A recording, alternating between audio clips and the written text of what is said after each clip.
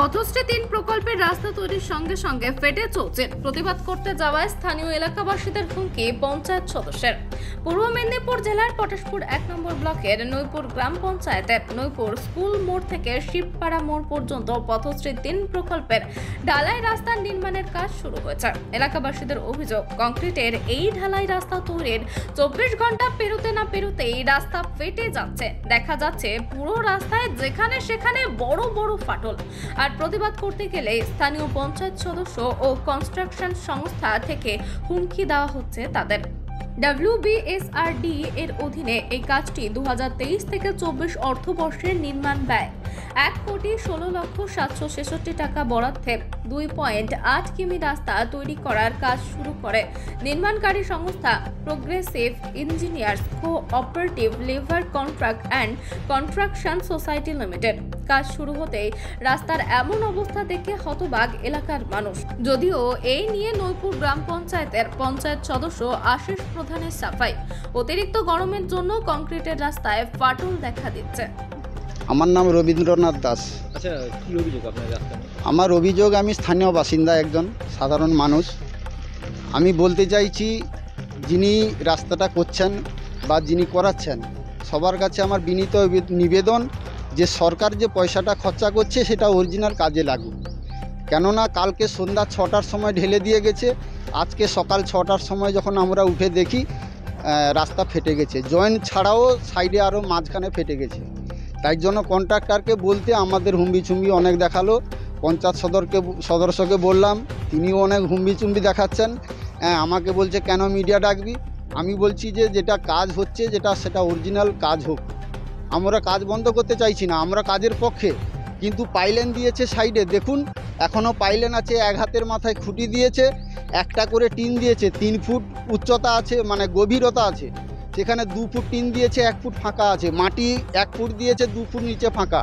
আমরা এটা অরিজিনাল কাজের জন্য আমরা প্রতিবাদ করছি, আমরা আর কিছু চাই না। আমি তাই বিনীত নিবেদন যে কাজটা সঠিকভাবে তদন্ত করে সঠিক কাজ হোক। এটা আমার তো মনে হয় যে কয়েক কোটি টাকার কাজ আশা করি। এটা কাজ শুরু হচ্ছে আজকে 8 দিন হয়েছে। আমরা দেখছি যে প্রত্যেক জয়েন্ট মুয়ে ফেটে গেছে। আজকে কাজ হচ্ছে, কালকে ফেটে যাচ্ছে। বললে ওরা সিমেন্ট জয়েন্ট মু ছাড়াও ফেটে যাচ্ছে, এবং আমরা বলতে এখনও ফাটগুলো বুঝিয়ে দিচ্ছে, সিমেন্ট ঘষে বুঝিয়ে দিচ্ছে। এর একদিনের মাথায় তো আমার কন্ট্রাক্টর বাবু হেড অফিসারও এসেছিলেন। ওনাকে বলতে আমাকে লাস্টে বলে গেল কি চুরি করে এসে প্রতিবাদ করে। কন্ট্রাক্টর বাবু নিজে বলছে।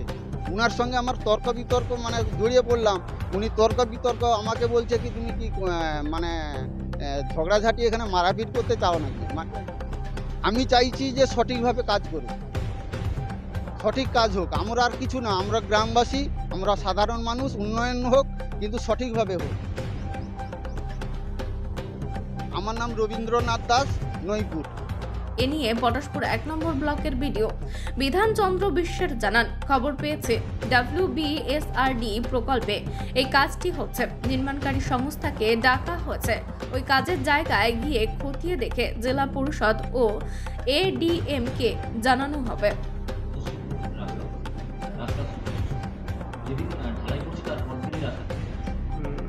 আমার কাছে খবর ছিল না, আজকে আমি প্রথম খবরটা জানলাম।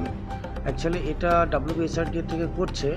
আমি খবর পেয়েছি, এজেন্সিকে ডেকেছি, আমি অন স্পটে যাব, দেখব, এবং আমি আমার জেলাকেও জানিয়ে দেবো, ADM ম্যাডামকে জানিয়ে দেবো, ADM জেডপি স্যারকে জানিয়ে দেবো লিগাল অ্যাকশন নেওয়ার জন্য এবং প্রয়োজনীয় রেক্টিফাই করার জন্য আর কি। আমি এজেন্সি হ্যাঁ আমি জেনে আমি আপনাদের মাধ্যমে এলাকাবাসীর এলাকাবাসীর সঙ্গে তো আমার এখনও কথা হয়নি বা ওনারা বলেননি। যেহেতু পঞ্চায়েত সমিতি থেকে আমি দেখছি, প্রয়োজনীয় যেটা আপনাদের কাছ থেকেও জানলাম, এবং এলাকায় গিয়ে আমি এলাকাবাসীর সঙ্গে কথা বলবো যে কি হয়েছে। এজেন্সি যদি সত্যি কোনো কারাপশন করে থাকে বা ভুল করে থাকে, রেকটিফাই করার জন্য যা করণীয় সবটাই করা হবে, এবং সেটা আমি আমার ঊর্ধ্বতন কর্তৃপক্ষ, দ্যাট মিনস আমি ADM জেডপি স্যারকে আমি অবশ্যই জানিয়ে দেবো আর কি।